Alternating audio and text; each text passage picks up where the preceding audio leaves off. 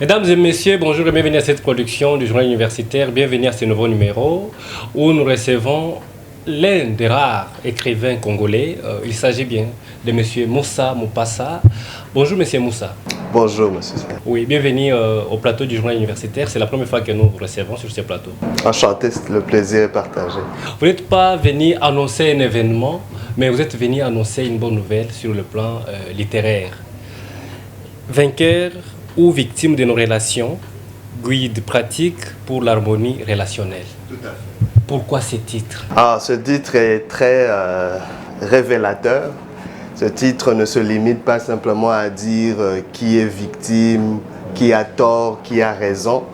Il s'agit vraiment de relever la question suivante. Est-ce que nos relations nous réussissent? Savoir est-ce que nous subissons nos relations ou est-ce que nous sommes en train d'avoir des résultats positifs en ce qui concerne nos relations? Est-ce que nos relations nous propulsent dans l'atteinte de nos objectifs ou les relations nous freinent et nous bloquent quelque part? Et on parle aussi de la gestion de nos relations parce que parfois les gens vont penser c'est juste le fait d'avoir des bonnes ou des mauvaises relations qui font qu'on échoue ou on réussit dans les relations. Parfois, il s'agit de mieux gérer nos relations. Parfois, nous avons une bonne gestion ou une mauvaise gestion de nos relations. Donc, vainqueur ou victime nous parle vraiment des effets, des résultantes de la façon dont nous gérons nos relations et la façon dont nous comprenons nos relations. Sur ce plateau, je ne suis pas seul, je le partage avec mon confrère Elikia Hop. Il s'agit de quelles relations, monsieur Moussa? Il s'agit des relations en général, que ce soit des relations familiales, des relations amicales, professionnelles et même amoureuses. Les relations sont au centre de notre bonheur. Donc, quelque part, l'effet de tous ces genres de relations-là a un impact positif ou négatif dans nos vies. Elikia, vous avez une question à poser à monsieur Moussa, l'auteur que nous recevons sur ce plateau. Tout à fait, en fait, au regard du titre de votre ouvrage, c'est vainqueur ou victime de nos relations, et c'est vraiment très fort.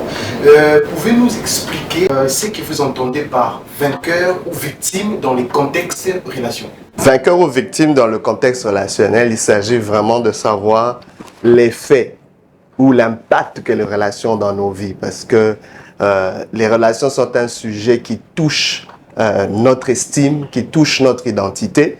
Et donc, c'est vraiment une analyse profonde afin de réaliser jusqu'à quel point nos relations nous affectent-elles. Donc, est-ce qu'elles nous amènent, elles nous tirent vers le haut ou vers le bas? Est-ce que la façon dont nous gérons nos relations fonctionne ou pas? Donc, c'est important de faire ce constat-là, au lieu juste d'aller de façon hasardeuse. Mais ce livre vient vraiment nous redonner une certaine intentionnalité en ce qui concerne nos relations. Monsieur Moussa, vous avez publié ces livres aux éditions Blossom, 239 pages réparties en 6 chapitres. Il y a un problème au Congo, en Afrique et particulièrement au Congo. Les gens ne lisent pas. En publiant ces livres, oui. À quelle génération, à quelle catégorie de personnes dont vous êtes adressé? Bonne question. Quand nous disons que les gens ne lisent pas, un livre transcende les générations. Un livre a un caractère intemporel. Je vous donne une anecdote. Il y a quelqu'un qui a écrit un livre il y a 50 ans. Et ce livre n'avait pas vraiment été lu ou popularisé, ou les gens n'avaient vraiment pas embarqué. Et pour l'auteur, ça pouvait être quelque chose d'assez décevant. Mais 50 ans après, à l'ère de l'information, à l'ère des influenceurs, il a suffi qu'un leader d'opinion mentionne ce livre-là pour que toute son audience, toutes les personnes qui le suivent, aillent chercher ce livre-là. Donc le livre qui avait été écrit il y a 50 ans a pris un grand engouement. On a dû le rééditer et ainsi de suite. Donc il y avait des vérités qui avaient peut-être dépassé ou transcendé ou précédé cette génération-là. Mais il y avait une génération qui devait venir qui allait embrasser cela. Alors, quand je regarde le contexte du Congo, ça peut être vrai que les gens ne lisent pas, mais il y a quelque chose qui est en train de changer. Il y a une génération qui est de plus en plus ouverte à connaître, à savoir. Aujourd'hui, avec les médias sociaux, les gens ont accès à certaines vérités Mais Monsieur Moussa, dans un contexte où la gêne est emportée par les TikTok, le WhatsApp, le Facebook, êtes-vous sûr que vous serez lui et votre message va atteindre votre cible? Oui, le but, c'est de ne pas se limiter au livre. Le but, c'est de véhiculer un message. On commence par un livre, mais ce livre est décortiqué par toutes sortes de plateformes. On peut aller avec des formats d'ateliers, des formats de conférences. On peut aussi aller avec des formats sur TikTok. Donc, je suis présent dans les médias sociaux où on peut décortiquer, morceler plusieurs aspects, plusieurs vérités qui sont mentionnées dans ce livre pour atteindre cette génération. Actuellement, les auteurs, quand ils publient comme ça, ils s'attendent à quelque chose sur le plan financier. Où est-ce qu'il faut trouver ces livres? C'est à quel prix? Ce livre se vend au prix de 20$ et présentement, il est disponible sur Amazon en ligne, mais il est aussi disponible partout où je me déplace. Généralement, je suis à chaque mois à la délégation Wallonie-Bruxelles où je présente des ateliers. Donc, à ce moment-là, les gens peuvent aussi se procurer ce livre. Sinon, les gens peuvent simplement m'écrire et puis on peut toujours ça. Comment vous atteindre? Mon numéro est dans le 243 98 604 16 11. Vous avez une adresse mail? Une adresse mail, c'est moussa, moupassa, @gmail.com. Cher auteur, sur les contenus essentiels que vous avez écrits dans le livre, dans les blessures et la reconstruction dans les livres, vous parlez de blessures causées par les relations. Mais comment peut-on réellement identifier ces blessures quand on les a normalisées ou ignorées depuis longtemps? C'est vrai que c'est pas facile, hein, parce que des blessures qui sont normalisées tendent à devenir invisibles. On les reconnaît plus parce que ça fait tellement longtemps que ça devient naturel, ça devient un mode de vie et ça peut même devenir générationnel où on les hérite et on continue. Mais l'une des façons où on peut reconnaître qu'on est blessé ou reconnaître ce type de blessure, c'est par une prise de conscience. Une prise de conscience qui vient par le fait qu'on est exposé à certaines lumières, c'est-à-dire soit des nouvelles connaissances, des révélations, ou en étant exposé à des relations beaucoup plus saines qui viennent confronter notre dysfonctionnement. Mais un autre indice aussi, c'est la douleur, hein, que nous avons intérieurement. Parce qu'une douleur est souvent un indicateur qu'une blessure n'a pas été guérie. Donc, en bref, c'est que les gens doivent accepter, disons, recevoir une certaine vérité sur leur état, mais aussi embrasser le fait d'être confrontés à des relations beaucoup plus saines qui vont exposer leur dysfonctionnement, mais aussi ne pas faire taire la douleur intérieure qui nous dit qu'il y a quelque chose qui ne marche pas. Vainqueur ou victime de nos relations, guide pratique pour l'harmonie relationnelle. Monsieur Moussa Moupassa, vous connaissez le contexte congolais. Où vous évoquez même dans votre publication, vous parlez du pouvoir du langage. Et le langage est à la base de séparation, s'il faut le dire, des relations interinstitutionnelles, des relations interpersonnelles, même au niveau du pouvoir. Est-ce que votre publication est un outil qui vient apporter un plus pour essayer de renforcer encore les relations au niveau du pouvoir, où les uns ne respectent pas les engagements, où les uns ne respectent pas leurs relations au niveau du pouvoir? C'est une très bonne question, une très belle problématique. Je pense que ce livre est un guide pratique. Il amène des outils qui peuvent aider justement à mitiger les risques qu'engage justement ce genre de langage dysfonctionnel. Parce que ce livre vient éveiller l'effet et l'impact de notre langage au niveau de notre relation. Parce que notre état, notre langage révèle notre état intérieur. L'état de victime ou de vainqueur dans nos relations est manifesté par le langage que nous avons. Donc, c'est important d'abord de reconnaître les effets nocifs de ce langage-là. C'est peut-être un langage qui est négatif, un langage qui est peut-être dépendant, un langage qui est peut-être dysfonctionnel, tordu ou qui n'est pas vrai. Donc, on voit les effets. D'abord, ce livre vient nous montrer comment faire un inventaire.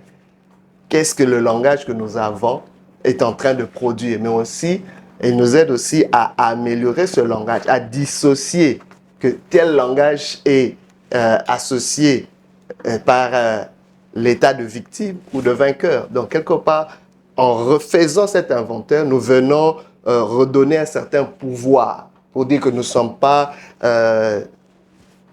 soumis aux effets de ce langage, mais nous pouvons contrôler ce langage et le changer. Donc, quelque part, que ce soit entre institutions, que ce soit dans nos relations interpersonnelles, à un moment, on doit s'asseoir et s'arrêter et de faire une évaluation concrète et sincère. Ce langage que nous avons eu depuis autant d'années, qu'est-ce qu'il a produit? Est-ce que nous pouvons faire différemment? Est-ce qu'on peut parler différemment? Je vous donne une anecdote. Aujourd'hui, quand vous roulez, vous circulez en voiture dans les rues du Congo, l'insulte, elle est facile. Hein, il y a quelqu'un qui me disait, quand tu achètes un véhicule au Congo, la première des choses qu'on te pose, combien de gens tu as déjà insulté? Parce que tu ne peux qu'insulter. Alors moi, je me dis, waouh, ça c'est quelque chose. Donc même quand tu n'as pas l'intention d'insulter, quelqu'un va te couper, va faire quelque chose qui va t'énerver pour insulter. Mais maintenant, pensons-y. On veut reconstruire le Congo. On parle de ceci, nous voulons le patriotisme, l'Ingamboka, adoptons ceci, aimons notre pays. Mais ça veut dire quoi aimer le pays ou reconstruire le pays? Si ce n'est que aimer et valoriser les fils du pays. Parce qu'aimer le pays, ce n'est pas prendre la terre du Congo et l'embrasser. C'est aimer les ressortissants de ce pays. Les ressortissants de ce pays, c'est vous et moi. Mais comment je traite chaque Congolais que je vois au jour le jour? Quand je conduis mon véhicule, un moment, au lieu d'insulter, je peux avoir de la retenue. Au lieu d'insulter, je peux choisir un autre langage parce que le langage que je reflète sur mon frère congolais est un langage que je reflète sur moi parce qu'il est mon vis-à-vis. Monsieur Moussa Moupassa, dernièrement à Kinshasa, si vous y vivez, il y a eu une dame qui s'est fait du mal, qui s'est empoisonnée, il est décédé. Et là, vous évoquez dans cet ouvrage que vos relations ne deviennent pas un cimetière. Vous l'expliquez par rapport à ça. C'est quelque chose parce que beaucoup de gens subissent leurs relations au lieu d'être intentionnels dans leurs relations. Vous savez, et surtout on le vit même dans nos relations familiales. Hein. J'ai tout un chapitre sur les relations familiales qui est le berceau même des dysfonctionnements relationnels. Les gens subissent leurs relations, simplement parce que les relations existent, on les subit d'une manière ou d'une autre. Mais les relations ne doivent pas être un cimetière de nos destinées ou de nos potentiels. Mais ça doit plutôt être une préparation. Là, il faut plus conseiller les jeunes filles, les jeunes garçons qui se font du mal pour les relations amoureuses. Mais oui, pour dire que c'est pas parce qu'une relation finit mal que votre vie doit finir mal. Est-ce qu'on peut sauver les gens qui sont dans des relations pour qu'ils puissent avoir des meilleures relations plus tard? Pourquoi est-ce que la mort d'une relation doit être la mort de quelqu'un? Vous voyez? La relation est un lien. Mais si on a échoué dans une relation, il y a lieu de sauver les personnes, les parties prenantes de ces relations pour qu'ils fassent mieux. Si pas pour sauver dans cette même relation, ou ne fût-ce que survivre pour avoir de meilleures relations. Monsieur Moussa, vous avez été déjà déçu d'une relation amoureuse? Tout à fait. Qui n'a pas été déçu dans ce monde? Et quelle a été l'alternative pour surmonter cette déception? L'alternative, c'est d'abord reconnaître qu'on est blessé. Parfois, on pense qu'on est bien et on continue notre chemin. Mais on continue à blesser parce que quelqu'un qui est blessé va encore blesser d'autres personnes. À un moment, il faut s'arrêter et reconnaître qu'on a mal.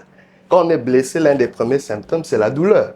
Mais de reconnaître d'où vient cette douleur et qu'est-ce qu'on peut en faire. Donc d'abord, cette prise de conscience-là est très importante. Je suis passé par là, mais ça m'a appris aussi de chercher de l'aide, d'avoir de la lumière, d'avoir des outils, des gens qui pouvaient conseiller et aider. Parfois, on a besoin de quelqu'un d'autre pour nous aider à nous en sortir. La prise de conscience est très importante. Alors, comment faire pour trouver un bon partenaire quand on veut s'engager à une relation? La première des choses, c'est d'abord avoir une très bonne relation avec soi-même. C'est la base de tout. Beaucoup de gens veulent embarquer tout de suite dans un partenariat, que ce soit en affaires ou en amour. Mais parfois, soyez d'abord en partenariat avec vous-même. Soyez d'abord en amour avec vous-même. Quelles sont vos valeurs? Quelle est votre identité? Qui êtes-vous? Les philosophes ont toujours dit, connais-toi toi-même. Beaucoup de gens s'ignorent. Alors, de cette base-là, vous pourrez évaluer avec qui entrer en partenariat, avec qui entrer en relation. Vous avez des bases communes pour marcher ensemble. Alors, vous avez parlé sur le rôle de la famille comme berceau de nos relations, de modèles de relations. Alors, par là, on peut toucher sur qu'est-ce qu'on peut faire lorsque l'héritage familial a justement la source principale de nos dysfonctionnements relationnels. C'est quelque chose de très pertinent que vous êtes en train de mentionner là. Parce que comme je le disais un peu plus tôt, les gens ont parfois tendance à subir leurs relations. Et quand il s'agit des familles, j'ai un dicton que je mentionne même dans ce livre, dépassez vos origines mais ne les oubliez pas. Vous voyez? Tout le monde a une source, mais nous ne sommes pas appelés à finir dans nos sources. Vous voyez, le fleuve Congo a une source, mais le fleuve a une embouchure ailleurs. Il commence quelque part, mais il va ailleurs. Il n'est pas en train de revenir à sa source. Vous voyez? Alors, nous avons une source. Même si cette source est un dysfonctionnement, comme la famille, c'est important de revisiter nos fondations familiales. C'est-à-dire de revisiter les croyances dans nos familles, les valeurs dans nos familles, les principes, les comportements. Prenons ce qui est bon et jetons ce qui est mauvais. Vous savez, quand vous mangez un poisson, hein, vous avez dans votre bouche, vous savez trier l'arête et la chair. Vous mangez la chair, vous jetez l'arête. À moins que vous soyez quelqu'un qui mange tout, et la chair et l'arête, il y a des gens qui sont capables de faire ça, mais vous savez disséquer. Ce n'est pas parce que c'est la famille que vous devez tout prendre. Revisiter un moment quand vous êtes en âge, il y a lieu de dire, cette façon dont mes parents m'ont élevé ne marche pas pour moi. Je peux rejeter ça parce que j'ai vu ce que ça fait dans la vie de mon père, de mon oncle, de ma mère. Ça peut s'arrêter avec vous. Et aller apprendre quelque chose d'autre pour léguer un héritage différent aux ceux qui vont venir. Ce livre ou cette publication, c'est une boussole pour les différentes relations, que ce soit dans le monde professionnel, que ce soit dans le monde politique, que ce soit dans nos familles. Au moment où le Congo, je reviens toujours sur cette question puisque ce livre tombe à point nommé au moment où, dans les différents partis politiques, dans les différentes plateformes politiques, les relations ne sont pas respectées. Monsieur Moussa peut prendre Monsieur Serge, il me donne des opportunités, et demain, c'est moi qui est premier à désavouer Monsieur Moussa. Quel conseil que vous donnez à cette catégorie de personnes? C'est déplorable quand nous voyons la déloyauté croissante. Mais maintenant, dans ce livre, j'aimerais prôner le principe de loyauté, du respect des engagements, du respect de la parole donnée, qui est vraiment une fondation pour tout développement d'une nation, d'une relation et que sais-je. Parce que si on n'a pas cette base-là, il n'y a pas d'entreprise qui peut fonctionner. Parce que, par exemple, une entreprise doit fonctionner avec un accord entre des clients et un fournisseur de produits ou de services. Il y a un engagement entre l'employé et l'employeur. S'il n'y a pas cette base de confiance, ce respect des accords, c'est difficile de faire prospérer une entreprise. C'est difficile de faire prospérer une nation. Donc, quelque part, c'est important de comprendre que la déloyauté ne nous amène pas loin. Vous allez peut-être vous retrouver maintenant en désavouant celui qui vous a propulsé, mais demain, ça va vous rattraper. Parce que la déloyauté que vous manifestez aujourd'hui vis-à-vis de ceux qui vous ont aidé, quelqu'un d'autre va vous être aussi déloyal. Et la chaîne continue à gangréner, à détruire, à tuer. On le voit. On ne va pas beaucoup plus loin. Donc, à un moment, c'est de s'arrêter de dire, cette chaîne de déloyauté, ça nous a amené où? Personnellement et collectivement. Nulle part. Donc, est-ce qu'on ne peut pas essayer d'être plutôt loyal, de respecter nos engagements et de voir ce que ça va donner? Alors, vous avez conclu ces livres avec cette phrase, c'est compliqué, mais c'est possible. Quel message d'exploit souhaitez-vous laisser à ceux qui se sentent dépassés ou brisés par les relations? C'est vraiment, j'ai voulu finir ce livre par un message d'espoir. Hein, et non seulement d'espoir, mais en reconnaissant aussi la difficulté de relation. Nous ne sommes pas au paradis ou au ciel, nous sommes sur terre, c'est compliqué, on doit le reconnaître, mais c'est possible. La vie n'est pas une question de difficulté ou de facilité, mais c'est une question de possibilité. Vous voyez? Alors, quand nous nous concentrons trop sur les difficultés, on oublie l'aspect possibilité. Les relations sont pleines de possibilités. Et j'aimerais vraiment m'adresser à toutes les personnes qui sont blessées, qui ont souffert, qui sont victimes. On est victime quand quelque chose nous arrive, quand quelque chose ne marche pas. Mais c'est de notre responsabilité de rester victime ou de devenir vainqueur. Très fort. Donc, je vous donne une anecdote. Quand vous voyez, on a une vitrine là, qui vous donne le reflet de votre visage. Ce miroir-là peut être brisé. Mais est-ce que vous savez que chaque morceau du miroir peut encore refléter votre image? Ce n'est pas parce qu'un miroir est brisé que c'est fini. Alors, il s'agit du volume 1. Que pouvez-vous déjà nous dire sur la suite de cette série? Quelle dimension des relations souhaitez-vous explorer davantage dans les prochains volumes? Le prochain volume, j'aimerais vraiment me concentrer sur la dimension familiale de nos relations. Donc, je vous lance déjà cela. Il y a un ouvrage qui est déjà en gestation pour la fin de cette année. Donc, nous voulons décortiquer, embrasser vraiment ce domaine-là et continuer dans cette série sur les relations parce que le sujet est tellement vaste. On vous appelle coach, non par hasard, parce que vous inspirez la jeunesse congolaise. Alors, vous avez pris une initiative d'organiser un atelier par mois. Qu'est-ce qu'on peut comprendre par rapport à cette initiative que vous avez eue en organisant cet atelier? Oui, en effet, ces ateliers, quand j'intitule Atelier réussir ses relations, ont été initiés simplement pour éveiller et conscientiser le plus de monde sur cette réalité des relations.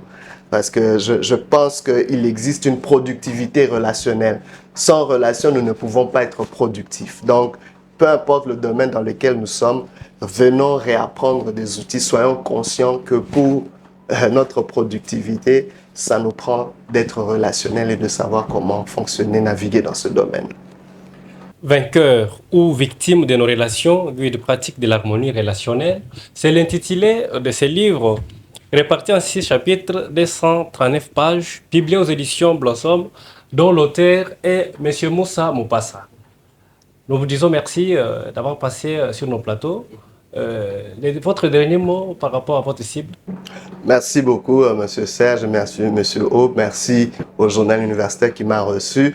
Le dernier mot serait continuez à nous suivre, soyez à l'affût et surtout prenez soin de vos relations. Je vous donne déjà rendez-vous à chaque mois à la délégation Wallonie-Bruxelles où je me tiens avec des ateliers sur réussir une relation. Ce serait un plaisir pour moi d'échanger avec vous et d'avoir ce contact. Donc pour les amoureux de la science, ceux qui veulent avoir ces livres doivent vous contacter au niveau de Wallonie-Bruxelles chaque mois? Chaque mois, ou vous pouvez me contacter personnellement au numéro 243 98 604 16 11. Monsieur Moussa, quel serait votre dernier message par rapport à votre publication, mais aussi aux jeunes, surtout aux jeunes, puisque ce sont eux la relève, ce sont eux qui vont remplacer nos vieux. Quel message que vous lancez? Le message que j'aimerais adresser personnellement aux jeunes, c'est que de sortir d'un certain dicton, d'un certain paradigme qui veut simplement dire que les jeunes sont l'avenir de demain. Moi, je dis que ce n'est pas totalement vrai. Les jeunes ne sont pas juste l'avenir de demain, les jeunes sont les possibilités d'aujourd'hui. Parce que tant aussi longtemps qu'on lance ce slogan, l'avenir de demain, ces jeunes atteignent 50 ans. Il n'y a toujours rien qui se fait. 60 ans, il n'y a toujours rien qui se fait. Je pense, quand vous consultez l'histoire, la plupart des grandes révolutions, la plupart des grands changements ont été faits dans la jeunesse, par des jeunes. Donc, les jeunes sont les acteurs d'aujourd'hui. Mais une jeunesse qui prend conscience. C'est une jeunesse qui doit prendre conscience. C'est une jeunesse, j'appelle un éveil de cette jeunesse. Maintenant, pas demain. Cette jeunesse peut faire la différence aujourd'hui. On peut conjuguer avec ces jeunes. Oui, de pratique pour l'harmonie relationnelle. Je n'étais pas seul sur ce plateau, j'étais accompagné de Hop, à qui je dis merci. Merci. Derrière la caméra, c'était Nene Wambenga, Tonton Biongo et Jires Landru qui nous ont accompagnés, toute l'équipe technique. Nous disons merci également à notre invité. Je ne pense pas que c'est la dernière fois. Vous serez notre consultant de temps en temps pour venir exposer vos différentes publications et éveiller la conscience de la jeunesse congolaise, mais aussi changer les paradigmes pour tous ceux qui pensent que les Congolais ne lisent pas. Voilà. Peut-être à travers vous, les Congolais auront cette envie de s'intéresser à la lecture. Merci beaucoup. Nous disons merci et à la prochaine.